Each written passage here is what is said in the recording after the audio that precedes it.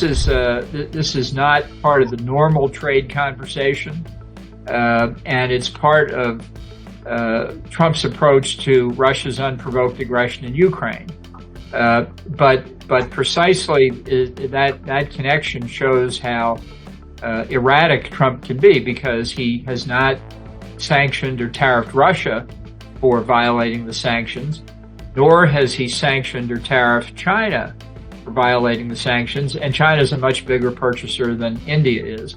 And there are many other purchasers, Turkey, Pakistan, and others. Well, I think it's important to distinguish between long-term interest between India and Washington and what happens day to day in the Trump administration. Trump doesn't have an overall national security strategy. He's very transactional. He is ad hoc, episodic. He sees things through personal relations. And I think much of the tension between India and the U.S. has been because of Trump's very erratic style. So, for example, although there are a number of concerns on the Indian side, the most recent, the biggest, is the 25% tariff for Indian companies' purchases of Russian oil and gas over the past several years. This is not part of the normal trade conversation, and it's part of Trump's approach to Russia's unprovoked aggression in Ukraine. But precisely that connection shows how erratic Trump can be, because he has not sanctioned or tariffed Russia for violating the sanctions, nor has he sanctioned or tariffed China for violating the sanctions. And China is a much bigger purchaser than India is. And there are many other purchasers, Turkey, Pakistan, and others. So in India, when people say, well, what is the relationship between the U.S. and India, and what does this latest Trump move mean? I would say the relationship's still the same. It's just now we've got to deal with this move by Trump that took everybody by surprise. The issue of how to put pressure on Russia, how to cut Russian revenues that are financing the war in Ukraine, is an important ongoing issue. Why that results in India becoming collateral damage is a different question. So I know this is frustrating in India. If I were in Indian shoes, I'd probably be frustrated too. But I think we have to look at finding ways to resolve it that we all remember will be reflected in the relationship even after Trump leaves office. Yeah. And that will come in less than 3.5 years. I mean, that may seem like a long time. It is a long time, but in the big scope of history, it's not a long time. So that's a long answer to a straightforward question, but I just think, as frustrating as it may be, I think the government of India should look at Trump as a one-time proposition and deal with it and take whatever steps they believe are in India's national interest, but to understand it as peculiar to Trump and not reflecting some larger American view.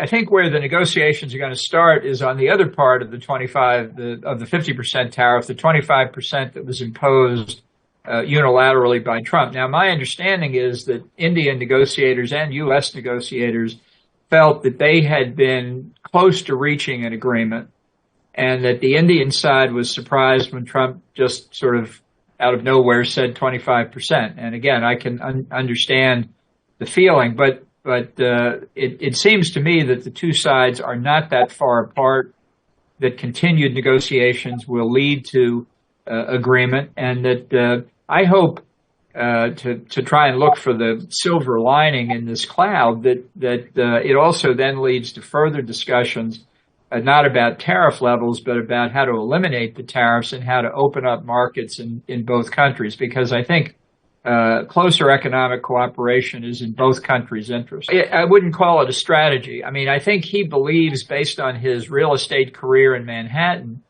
that if you take a maximalist position, that you can do that, and it doesn't have any transaction cost. It doesn't affect anybody.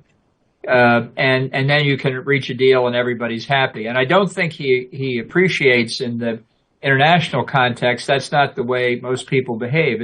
It's okay to take a maximalist position, but he does it more for the theatrical performance aspect of it, for the domestic political reaction, than because of a strategic approach to relations between India and the United States, or even a strategic approach to a particular negotiation. I don't think it's helpful. I don't think he understands that in this trade war generally that he's started, that the U.S. is losing a lot of belief in our reliability, our good faith, and so on, that we've tried very hard over a large number of years to build up. So he's using up resources that the political resources that were accumulated over time. That can be fixed, but I think it's a self-inflicted wound. I think it was unnecessary. If we want fewer tariffs, fewer non-tariff barriers between Indian and American trade, let's see if we can't talk about it and reach agreement on it. Well, I think that's the best way to deal with somebody like Trump. If you take the bait and get into a public back and forth with him, it's not going to make things any easier. I think there was a lot of concern in Washington that the two tariff issues, combined with Trump taking credit for bringing peace to India and Pakistan after the last terrorist attack in Kashmir, was inappropriate. I think India's interest long term lies in reducing ties with Russia militarily and economically, because Russia is increasingly in an axis with China. Putin and Xi Jinping have talked about a partnership without limits. And so even when Prime Minister Modi goes to Beijing and shakes hands with Putin and Xi and Kim Jong-un, that's a signal to Washington. Everybody saw those pictures, but it's not a long-term strategy for India. So it's consistent with what I said before, that Trump's term only lasts 3.5 years. We know it's coming to an end. And so the objective should be continue to try and make progress, minimize the amount of damage that's done, and then work to fix the damage once his term is over. And I think for that, a long-term perspective and a certain willingness to put up with conduct that you don't appreciate very much, but which is unique to one person, not to the entire American people, would be worth keeping in mind.